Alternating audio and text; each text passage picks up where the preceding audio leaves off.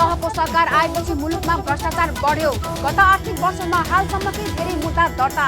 भ्रष्टाचार सम्बन्धी उजुरी प्रदेश 2 मा धेरै। राष्ट्रिय पुनर्निर्माण प्राधिकरण स्थापनाको 5 वर्ष पूरा। निजी आवासतर्फ 90% भन्दा बढी प्रगति हुँदा 3 खर्ब 39 अर्ब रुपैयाँ खर्च। र सरकारद्वारा तरकारी बजारमा क्यूआर कोड मार्फत भुक्तानी गर्न मिल्ने अभियानको सुरु। देशैभरका बजारमा क्यूआर कोडको प्रयोगलाई प्रोत्साहन गर्ने गभर्नर अधिकारीको भनाई। हामी छौं पल पल तपाईसँग, हिमाल पहाड तराईसँग, साथ छ हाम्रो बढ्ने कदमलाई। सलाम छ ती पोरखी हातहरूलाई, जिन्दगी सजाइदिन्छौ हामी, हर सासको साथी बन्छौ हामी। सुरक्षा अनि समृद्धि प्राण छ हाम्रो, हर आफू पनि बचाऊ, अरूलाई पनि बचाऊ। आजै नेपाल लाइफमा जीवन बिमा गरौँ। हामी हौं नेपाल लाइफ। नेपाल लाइफ, किनकि जीवन अमूल्य छ।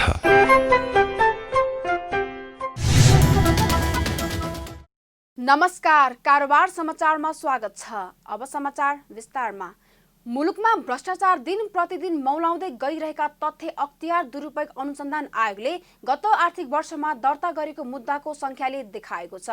राष्ट्रपति विद्यादेवी भण्डारी समक्ष अख्तियारले पेश गरेको 30औं वार्षिक प्रतिवेदन अनुसार गत आर्थिक वर्षमा 411 वटा भ्रष्टाचारको मुद्दा विशेष अदालतमा दर्ता गरेको हो। यो संख्या अख्तियारको 30 वर्षको इतिहासकै सबैभन्दा धेरै हो।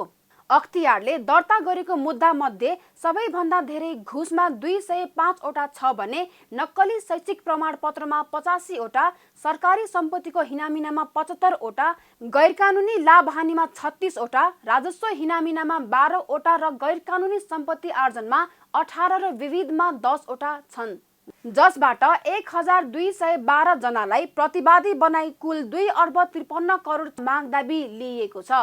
प्रतिवादी मध्ये 3 जना मन्त्री, 9 जना विशिष्ट श्रेणीका कर्मचारी, 355 जना अधिकृत कर्मचारी, 440 जना कर्मचारी सहयोगी, 70 जना निर्वाचित पदाधिकारी र 335 जना बिचौलिया रहेका छन्। गत आर्थिक वर्षमा मुद्दाको संख्या बढ्नुले पनि मुलुकमा भ्रष्टाचार दिन प्रतिदिन मौलाउँदै गइरहेको देखाउँछ। यता अख्तियारमा परेका उजुरीका आधारमा हेर्ने हो भने गत आर्थिक वर्षमा प्रदेश 2 मा सबैभन्दा बढी भ्रष्टाचार र अनियमितता हुने गरेको देखिएको छ। प्रदेश 2 मा कुल उजुरीको 23.87% भ्रष्टाचार र अनियमितता सम्बन्धी उजुरी परेको छ। त्यसपछि बागमती प्रदेशमा 19.59, लुम्बिनी प्रदेशमा 10.79, प्रदेश 1 मा 9.82, सुदूरपश्चिम प्रदेशमा 8.44, कर्णाली प्रदेशमा 5.82 र गण्डकी प्रदेशमा 5.44% उजुरी परेका छन्। बाँकी 16.32% उजुरी गैर कानूनी र नक्कली प्रमाणपत्र लगायतका विषयमा छन्। मन्त्रालयगत आधारमा गत आर्थिक वर्षमा सबैभन्दा धेरै उजुरी संघीय मामिला तथा सामान्य प्रशासन मन्त्रालय मातहतमा परेको छ। गत आर्थिक वर्ष अख्तियारमा 14,012 र मातहत कार्यालयहरूमा 11,140 गरी कुल 25,152 वटा उजुरी परेका छन्। 2072 साल 12 गतेको भूकम्प र त्यसपछिको पराकम्पनहरूबाट भएको क्षतिको पुनर्निर्माण र पुनर्स्थापनाका लागि स्थापना भएको राष्ट्रिय पुनर्निर्माण प्राधिकरणले शुक्रबार 5 वर्ष पूरा गरेको छ। यो अवधिमा प्राधिकरणले भूकम्प प्रभावित 32 जिल्लामा ठूलो संख्यामा भूकम्प प्रतिरोधी संरचनाहरू तयार पारिसकेको बताएको छ। प्राधिकरणका अनुसार अहिलेसम्म निजी आवासको पुनर्निर्माणको काममा 90% भन्दा बढी प्रगति भएको छ। अन्य संरचनाहरूको पुनर्निर्माणमा पनि उल्लेख्य प्रगति भएको प्राधिकरणको भनाइ छ। 2072 साल वैशाख 12 गतेको भूकम्पबाट भएको क्षतिको पुनर्निर्माण र पुनर्स्थापनाका लागि 2072 पुस 10 गते राष्ट्रिय पुनर्निर्माण प्राधिकरणको स्थापना भएको थियो। भूकम्प प्रभावित 32 जिल्लामा क्षति भएका निजी आवास, सांस्कृतिक तथा पुरातात्विक सम्पदाहरू लगायतका भौतिक संरचनाहरूको पुनर्निर्माण गर्ने जिम्मेवारी प्राधिकरणले पाएको छ। कोभिड-19 का कारण पुनर्निर्माण कार्य प्रभावित भएपछि सरकारले प्राधिकरणको कार्य अवधि 1 वर्ष थप गरेको छ। मन्त्री परिषदको मङ्सिर 15 गते बसेको बैठकले प्राधिकरणको म्याद 2077 पुस 10 गतेबाट 1 वर्षका लागि थप गरी 2078 पुस 10 गतेसम्म पुर्याएको छ। स्थापना भएको 5 वर्ष पूरा हुँदै गर्दा प्राधिकरणले निजी आवासको पुनर्निर्माणमा 90% भन्दा बढी प्रगति हासिल गरेको बताएको छ। शुक्रबार पत्रकार सम्मेलन आयोजना गरी प्राधिकरणका प्रमुख कार्यकारी अधिकृत सुशील गेवालीले पुनर्निर्माणका लागि 7,96,245 लाभग्राहीहरूसँग अनुदान सम्झौता गरेकोमा 5,56,487 अर्थात् 70% लाभग्राहीहरूले घर पुनर्निर्माण गरिसकेको बताउनुभयो। यस्तै 1,68,083 अर्थात् 21% लाभग्राहीहरू घर पुनर्निर्माणको अन्तिम चरणमा रहेका छन्। बाँकी लाभग्राहीहरूले यसै आर्थिक वर्षभित्र पुनर्निर्माण सम्पन्न गर्ने पनि सिइओ गेवालीले बताउनुभयो। निजी आवासको पुनर्निर्माणमा हामीले 90% भन्दा बढी प्रगति हासिल गरेका छौँ।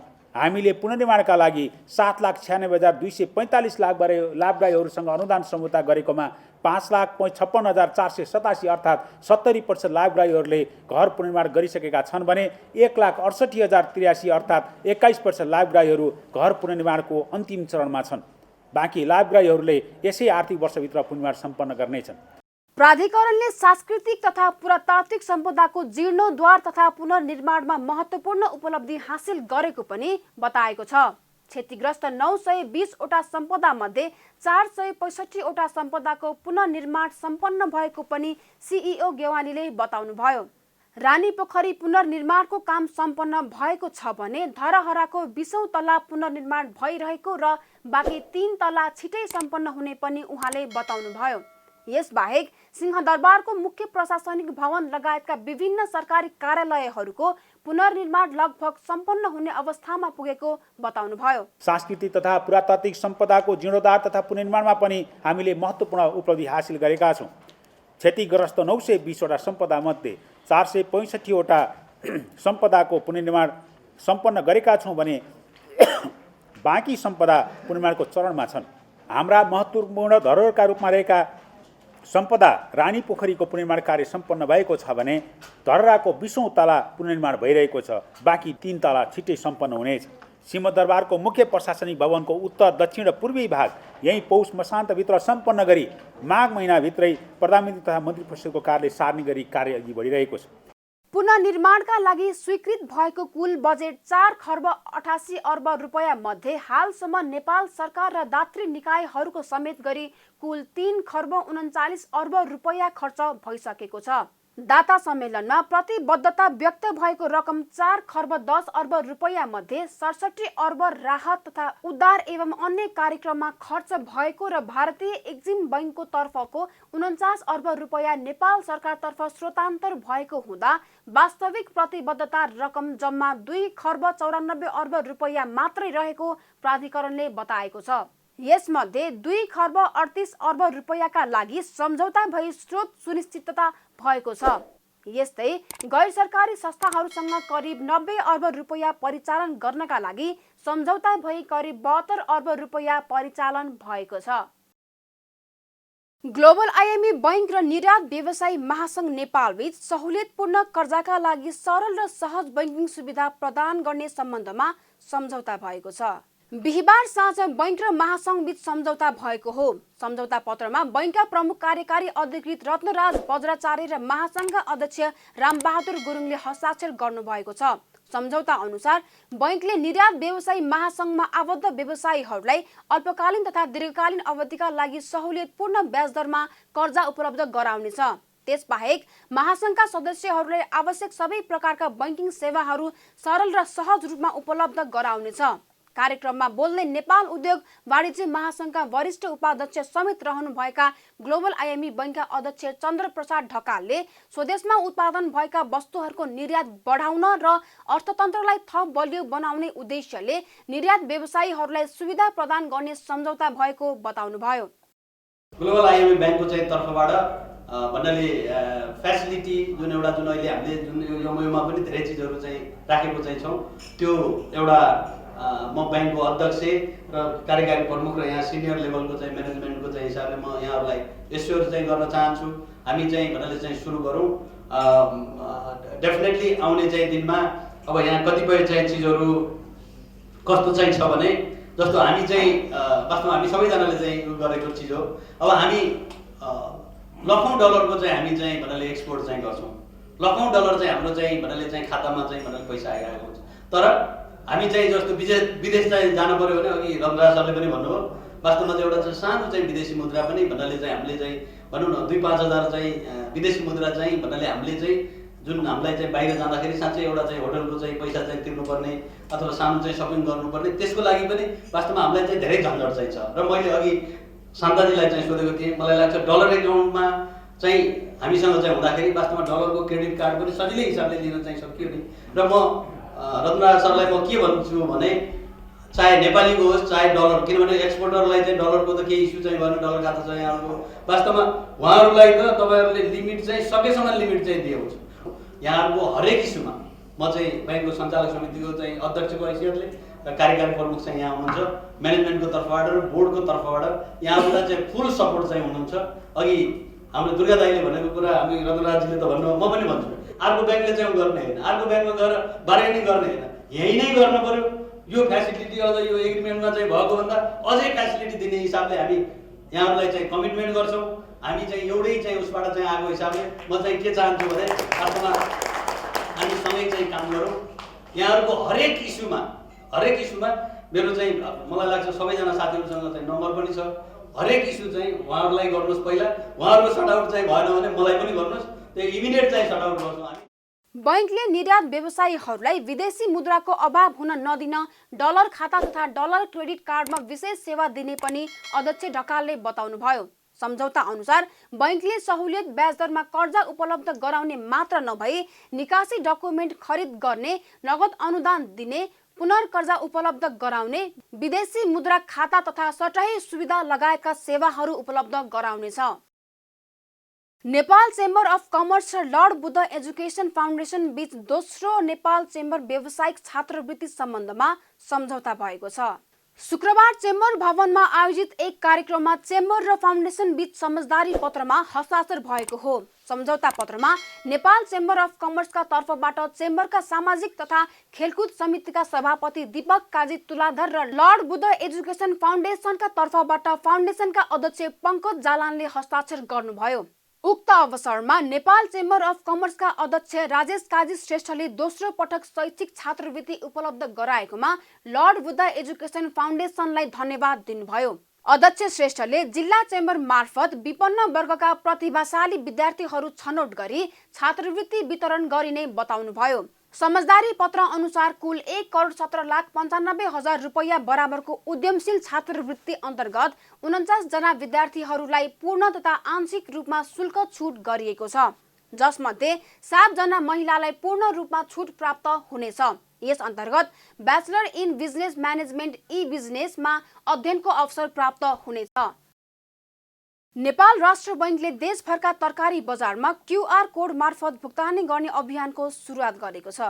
डिजिटल वित्तीय प्रणालीको विकास तथा प्रवर्धन गर्न राष्ट्र बैंकले देशभरका तरकारी बजारमा क्यूआर कोडको प्रयोग गर्ने अभियान सुरु गरेको हो। सोही अभियान अनुसार शुक्रबार काठमाडौँको नक्साल तरकारी बजारमा रहेका पसलहरूमा क्यूआर कोडबाट भुक्तानीको सुरुवात गरिएको छ। राष्ट्र बैंक, सानिमा बैंक र नक्साल तरकारी बजारको समन्वयमा सञ्चालनमा ल्याइएको सेवाको राष्ट्र बैंकका गभर्नर महाप्रसाद अधिकारीले शुभारम्भ गर्नुभयो। शुभारम्भ समारोहलाई सम्बोधन गर्दै गभर्नर अधिकारीले देशैभरका तरकारी बजारमा क्यूआर कोडको प्रयोगलाई प्रोत्साहन गरिने बताउनु भएको हो। नगदको चलन चल्तीबाट कोभिड-19 संक्रमण जोखिमको डर भएकोले क्यूआर कोडबाट भुक्तानी गर्ने अभियान सञ्चालन गरिएको पनि बताउनुभयो। कोभिड-19 संक्रमणको जोखिम बढेसँगै अहिले क्यूआर कोडको प्रयोगकर्ताहरू मासिक रूपमा 30% बढेको गभर्नर अधिकारीले बताउनुभयो। पछिल्लो दिनमा अझै यो कोभिड संक्रमण पश्चात नगदको चाहिँ चलन चल्तीबाट संक्रमण बढ्ने डर, लिन दिनलाई डर, इभन कार्ड दिएर स्वाप गर्नलाई समेत कयौँ ठाउँमा डराउनु पर्ने स्थितिहरू भइरहेको अवस्थामा क्युआर कोडमा कुनै त्यस्तो संलग्नता नभइकन हाम्रो पेमेन्ट हुने स्थितिलाई हामीले लिएर हामी थप उत्साह थप इन्करेज भएका छौँ। यो इन्करेज हुने सिलसिलामा चाहिँ सानातिना पसलहरू, तरकारी पसल भन्दा पनि अरू पसलहरू, सानाभन्दा साना पसलले पनि क्युआर कोडको प्र्याक्टिस बसाउँदै जानुभएको छ। अहिले सङ्ख्यात्मक रूपमा हेर्दाखेरि यसको ग्रोथ अत्यन्तै राम्रो छ। मैले पाएको डेटा अनुसार मासिक रूपमा 30% को वृद्धि अहिले क्युआर कोडको भइरहेको छ पछिल्लो दिनमा। कार्यक्रममा नेपाल बैंकर्स संघका अध्यक्ष समेत रहनुभएका सानीमा बैंकका प्रमुख कार्यकारी अधिकृत भुवन दाहालले क्युआर कोडबाट भुक्तानी गरी डिजिटल कारोबारलाई प्रोत्साहन गर्दा बैंकहरूको खर्च घट्ने बताउनुभयो। ब्रिक बैंकिङको लागत क्लिक बैंकिङको भन्दा धेरै नै महँगो भएकाले बैंकहरूले क्युआर कोडबाट भुक्तानी बढाउन प्रोत्साहन गर्नुपर्ने दाहालले बताउनुभयो। त्यसका लागि बैंकरहरूले डिजिटल पूर्वाधार र सुरक्षामा अझ बढी लगानी बढाउनु पर्ने पनि सीईओ दाहालले बताउनुभयो। सानीमा बैंकको मात्रै होइन कि यो त हाम्रो नेपालमै जुन एउटा चाहिँ ड्राइभ गर्नुपर्ने छ, अरू सबै बैंकहरूलाई पनि म आग्रह गर्न चाहन्छु।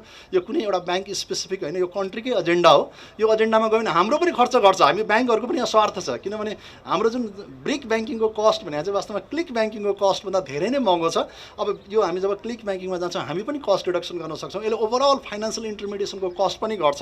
किनभने राष्ट्र ब्याङ्कको वान अफ द अब्जेक्टिभ के हो भने पेमेन्ट सिस्टम डिपार्टमेन्ट अथवा पेमेन्ट सिस्टमलाई चाहिँ सेक्योर, इफिसियन्ट र एकदमै हेल्थी बनाउने हो। त्यो काममा चाहिँ हामी सबैले यसको इन्फ्रास्ट्रक्चरमा लगानी गर्ने, सेक्युरिटी रिलेटेड चिजमा पनि हामी लगानी गरिराखेको छौँ। साथीहरूले चाहिँ यसमा त्यस्तो चिन्ता गर्नु पर्दैन। डिजिटल भुक्तानी प्रणालीलाई सहजीकरण गर्न सानीमा बैंकले नक्साल तरकारी बजारका विक्रेताहरूलाई निशुल्क क्युआर कोड वितरण गरेको थियो। शेयर किनबेच बापत लगानीकर्ताहरूले तिर्नुपर्ने शेयर ब्रोकर कमिसन घटेको छ।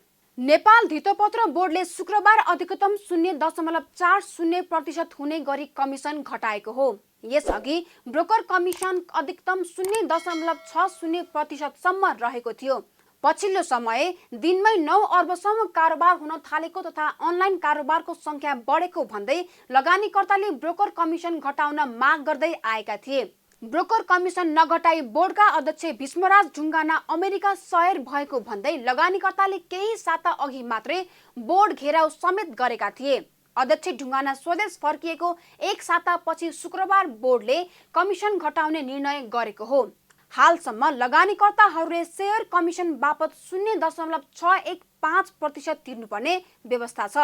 शेयर बिक्री गर्दा नाफामा 5% लाभ कर तिर्नुपर्छ। 50,000 सम्मको कारोबारमा 0.06 र त्यसभन्दा माथि 5 लाख रुपैयाँसम्म 0.55% ब्रोकर कमिसन तिर्नुपर्ने थियो।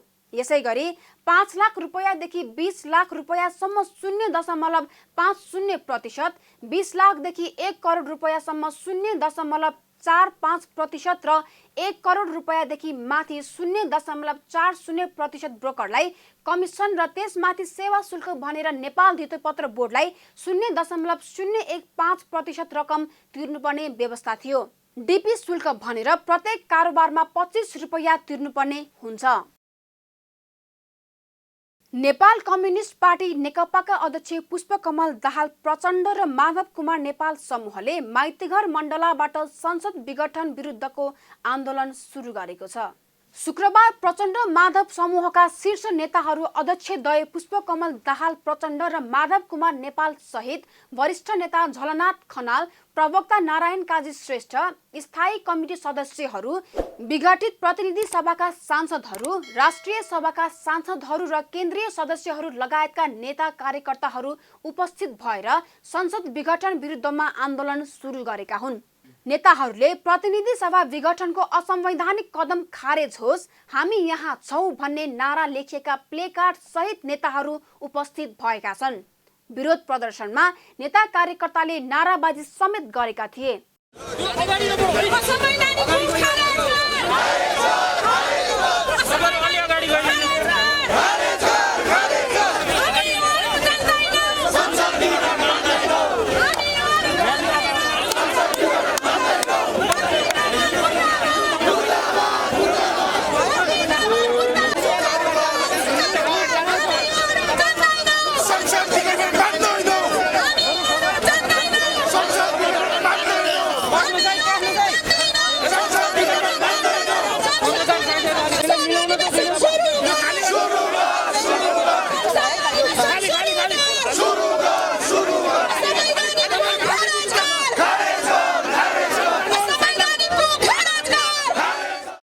त्यस लगत्तै नेकपाका अध्यक्ष दाहाल र नेपाल समूह पार्टीको आधिकारिकतामा माग गर्दै निर्वाचन आयोग पुगेको छ। उक्त समूहले आफ्नो पक्षका 295 केन्द्रीय समिति सदस्यको हस्ताक्षर र बिहिबार सम्पन्न केन्द्रीय कमिटी बैठकको निर्णयको आधिकारिक प्रतिलिपि निर्वाचन आयोगलाई बुझाएको प्रवक्ता नारायण काजी श्रेष्ठले बताउनुभयो। सांसदहरूको हामी यहाँ छौँ भन्ने विशेष कार्यक्रम थियो, अर्थात् हामी नेपाल कम्युनिस्ट पार्टी नेकपामा छौँ भन्ने जानकारी हामी निर्वाचन आयोगलाई पनि सशस्त्री भौतिक रूपमा उपस्थित भएर दिन चाहन्थ्यौँ। त्यही अनुसार आज हामी यहाँ छौँ कार्यक्रम सम्पन्न गऱ्यौँ। त्यस पछाडि यही कार्यक्रमकै क्रममा हाम्रो पार्टीका अध्यक्षद्वय कमरेड प्रचण्ड र कमरेड माधव कुमार नेपाल र वरिष्ठ नेता झलनाथ खनालको नेतृत्व सहित हामी केन्द्रीय कमिटीका केही सदस्यहरू र केही मान्य सांसदहरू आएर हाम्रो पार्टीको तर्फबाट निर्वाचन आयोगलाई भर्खरै सम्पन्न केन्द्रीय कमिटीको बैठकमा हामी त्यहाँ भेलामा बैठकमा उपस्थित भएका 315 मध्ये हस्ताक्षर नै माइनटमा गर्नुभएका 295 कमरेडहरू रहेको र त्यसले गरेका निर्णयहरूको आधिकारिक प्रतिलिपि आज हामीले निर्वाचन आयोगलाई बुझाएका छौँ र प्रमुख निर्वाचन आयुक्तज्यूले छिटै संविधान र मुख्यतः राजनीतिक दल सम्बन्धी कानुनका आधारमा उपलब्ध सबै कागजातलाई हेरेर छिटोभन्दा छिटो यो दल सम्बन्धी कानुनी निरूपण गरिनेछ भनेर हामीलाई विश्वास दिलाउनु। होइन, निर्वाचन सम्बन्धी त राजनीतिक दल सम्बन्धी कानुन छ नि। कानुन नभएर हाम्रो पार्टीको कोही एकजनाले बसेर 2 जनाले बसेर 10 जनाले बसेर म नै पार्टी हुँ भनेर त हुँदैन। राजनीतिक दल सम्बन्धी कानुनले जो व्यवस्था गरेको छ त्यो अनुसार हामी अत्यधिक बहुसङ्ख्यामा करिब 70% केन्द्रीय कमिटीका सदस्यहरूको उपस्थिति जहाँ छ सो त त्यो वैधानिक हुने कुरा कानुन त स्पष्ट नै छ। तैपनि औपचारिक रूपले निर्वाचन आयोगले छिटै निर्णय गर्नेछ। प्रचण्ड माधव समूहको बिहिबार सम्पन्न केन्द्रीय कमिटी बैठकले आन्दोलनको कार्यक्रम घोषणा गरेको थियो। शुक्रबार काठमाडौँमा केन्द्रीय सदस्यहरू, विगठित प्रतिनिधि सभाका सांसदहरू लगायतको उपस्थितिमा विरोध कार्यक्रम सञ्चालन गर्ने निर्णय गरेको थियो। शुक्रबार नै दिउँसो अध्यक्षद्वय प्रचण्ड र नेपालले पत्रकार सम्मेलन समेत आयोजना गरेका छन्। पत्रकार सम्मेलनमा उनीहरूले नेकपाका वैधानिकताको प्रश्न आएको भन्दै आफूहरू आधिकारिक भएको दावी गरेका छन्। साथै अदालतप्रति आफूहरूको भरोसा रहेको समेत बताएका छन्। यता सर्वोच्च अदालतले प्रतिनिधि सभा विघटन गर्नुको आधार र कानुनी औचित्य पुष्टि गर्न सरकारको नाममा आदेश जारी गरेको छ। संवैधानिक इजलासले पुस 19 गते भित्र लिखित जवाफ पेश गर्न सरकारका नाममा आदेश जारी गरेको हो। शुक्रबार प्रधान न्यायाधीश चोलेन्द्र शमशेर जबराको अध्यक्षतामा बसेको संवैधानिक इजलासले प्रतिनिधि सभा विघटन बारे कारण देखाउ आदेश जारी गरेको हो। कारोबार समाचारमा अब सुन चाँदी र विदेशी विनिमय दर सम्बन्धी जानकारी।